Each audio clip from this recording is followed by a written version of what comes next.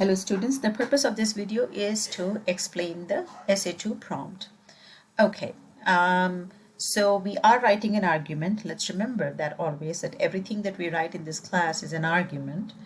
And this time, so the essay one that you wrote, as you know, was an argument, but it was also an analysis. So through the analytical journey, you wrote an argument. Now with essay two, we are doing something slightly different. We are making an argument, but we are going to make it through the compare slash contrast methodology. So in this particular type of argument, you can either compare two pieces of writing or texts. You can contrast them, or you can do both. Whatever methodology you choose, it's fine, but you'll be making an argument with whatever you are going to say, right? You're making an argument about it. So in other words, the compare and contrast methodology is a type of exploration we make in terms of thinking about two pieces of writing. Two, it could be more. So right now we have kept it simple and sticking to two, but there are students who like to do 3 essays at a time or 4 essays at a time, and that's fine too. But two is what we need in order to learn this particular type of writing. Okay, so what are we doing? What's our goal? We are writing a 1500 word paper, which is a compare and contrast. It's an argument. And the texts that we are going to use are the ones that we've been reading in this class week 5 onward. Now, it's not enough to just stick to what we are reading in this class. It's important for us to explore outside of what we are reading, and that is what we call research, an outside source, a source that doesn't come from the readings that we are discussing within the class. And that kind of source can be any source. It can be even a newspaper article. It can be from a well-established journal. It can be from another textbook. Essentially, we are not just picking up any opinion, but we are picking up opinions that have some authoritative value behind them. They have been reviewed in some way. So, and you would have learned about research already in 101, like how do we pick our sources? What do we need to watch out for?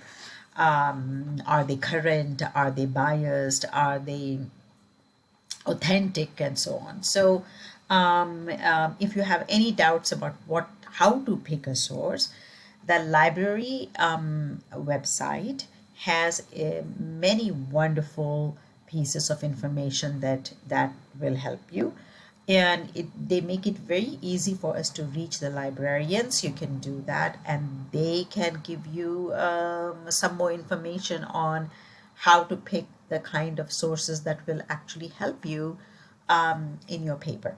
Okay, so 1500 words it is. Give or take a little is all right. You're incorporating research. How many pieces from outside research? Minimum 1 is needed, maximum 2. And you'll wonder why. Why so many restrictions? Because as students, we forget that we need to have more originality in our paper than we have outside sources, which is an outside source essentially when we plonk it into our paper or when we insert it into it. It is not us saying something, but it is someone else saying something. So, and we just hope that that kind of supports what we are saying. So if you brought in too many outside sources, you would completely forget that you are supposed to do an original opinion and prove it. And that originality goes out the door when we bring in too many outside sources, and hence we're challenging ourselves with that limit. Okay, now you might be thinking, oh, but then I've looked at all the readings that we've been doing since week 5, but I don't think any of those 2 readings work well for me. What shall I do, Professor Gopal? You might wonder. Well, in that case, see if at least one of the readings in the class can be compare, contrasted, combined, whatever, with one of your outside research sources. Let's see if you can do that. If you can do that, then that's awesome, right? You may have discovered something in the process of reading these two, and you might want to express that in a very original way in your essay. So that can happen. But even if you bring one of the, let's say you pick one from within the classroom, one text or one essay from within the class, and one from your outside search, and that's what you want to combine, then it's your responsibility to make sure that you are very clear in your summary as to what that outside source is all about, right? Not only what the inside essay that you have picked to write about, but also you have to be very good with your summarization. And in order to back up what you're saying, you will still need another outside source to back up what you're saying, right? So minimum of 1. Okay, I think that I'm hoping makes things clear. What's our purpose in all of this? To argue by incorporating a clear thesis with the right support, anticipating counter arguments, and refuting them. So this is kind of the mantra that we must remember. We always establish a thesis. We always back up our thesis with plenty of evidence. We always anticipate what the what the opposition will say to our thesis, and we always make a counter argument. Pardon me. You could say, you could call the opposition to what you're saying as the counter argument, and then you always refute that counter argument. Whether your reader is convinced or not, it's okay. As long as your reader can take you seriously in your argument, that is good enough. Okay. You might want to, or one of our purposes is to show certain differences that might exist in very similar papers, some similarity that could exist in some very different looking essays. So we are trying to illumine the reader's mind. Or I think my pronunciation was wrong. The illumine maybe is the pronunciation. I need to look up the pronunciation. So forgive me if I'm wrong. Essentially, we want to brighten our readers' minds by what we have to say. We want to provide them useful knowledge. So we are really putting not just our minds into this paper, we're putting our heart into it. That's how this paper is going to be worthwhile of your time. You are going to be spending quite a few hours this week on it. So shouldn't it be worth your time? And anything will be worth your time when you put your heart and soul into it, right? Okay, your essay must have an introduction. Identify those topics that that the essays you have chosen have in common in terms of the arguments that they are making. And then, of course, you'll offer the thesis statement.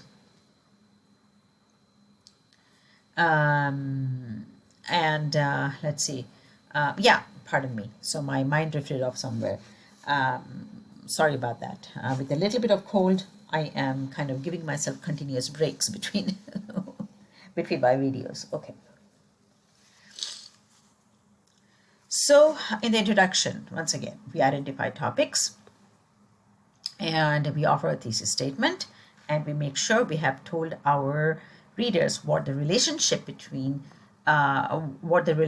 is between the two essays we have picked, right? Otherwise, why bother tell them anything? There is some relationship between the two that you want to enlighten your readers about, that you have discovered, and that's original to you. Nobody else knows about this, only you do. And that's what you're showing, and that's what will make this the originality And the discovery process is going to make your writing interesting, not just to you, but to your reader too. Um, the thesis should clearly state the subjects that are being compared or contrasted or both.